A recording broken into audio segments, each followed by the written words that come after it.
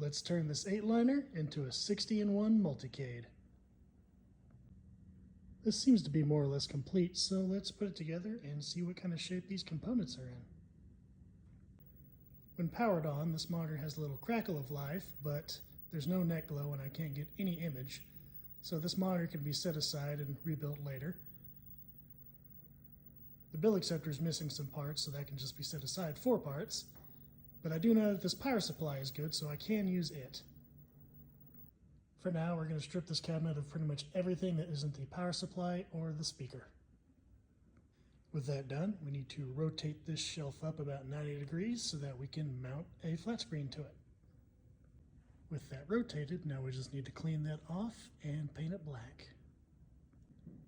While that paint dries, I've got the monitor set aside that I want to use, but before I go to all the trouble of mounting it, I want to make sure it works, so we're going to hook up the PCB and connect it to the power supply to confirm that the monitor works. Looks like the PCB and monitor are good to go. Let's get them both mounted to the cabinet.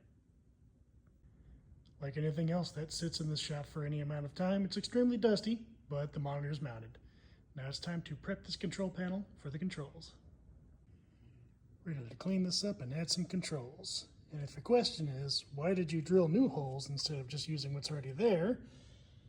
Those are uncomfortably close to where the plexi is going to be, so your hand would just constantly hit it, and it's also really far away from the edge of the control panel anyway.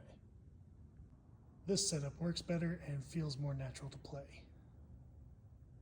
Now we wire up the controls, vacuum out the inside, put a plate to cover up the hole for the dollar bill acceptor we removed, put some wood filler in to replace this hole that had a button here on the side, scrape off these tack stamps and clean up the sides, clean that up, add the smoked plexi, put a back door on it, do some wire management, and put everything back together. And now we have a 60-in-1. Follow me to see what I fix next.